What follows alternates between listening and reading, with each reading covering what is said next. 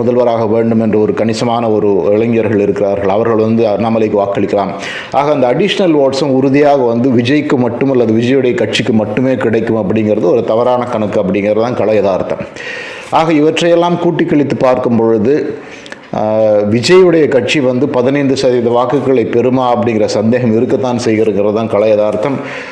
அது மட்டுமல்ல, இந்த அரித்மெட்டிக், அதாவது 15% 25% வரை விஜய் பெறக்கூடுங்கிற அதற்கான அந்த கூட்டல் கழித்தல் கணக்குகள் யாரிடமுமே கிடையாது. இப்போ இதுவரை நம்ம சொன்னதே பெருவாரியாக யூகத்தின் அடிப்படையில் சொல்லுகிறோம். அதாவது சமமாக எல்லாருடைய ஓட்டுகளை பிரித்து எடுப்பார். திமுகவிலிருந்து 5% எடுப்பார், அதிமுகவிலிருந்து 4% எடுப்பார், பாஜகவிலிருந்து 3% எடுப்பார், நாம் தமிழர் கட்சியிலிருந்து 3% எடுப்பார்னு நம்ம சொல்கிறோம். இதில் உதாரணத்திற்கு நாம் தமிழர் கட்சியுடைய 8%-இலிருந்து 3% போய்விட்டால் நாம் தமிழர் கட்சி உடைய எதிர்காலம் முற்றிலுமாக ஒரு கேள்விக்குறியாக மாறிவிடுங்கிறதுல சந்தேகமே கிடையாது. அதாவது நாம் தமிழர் கட்சி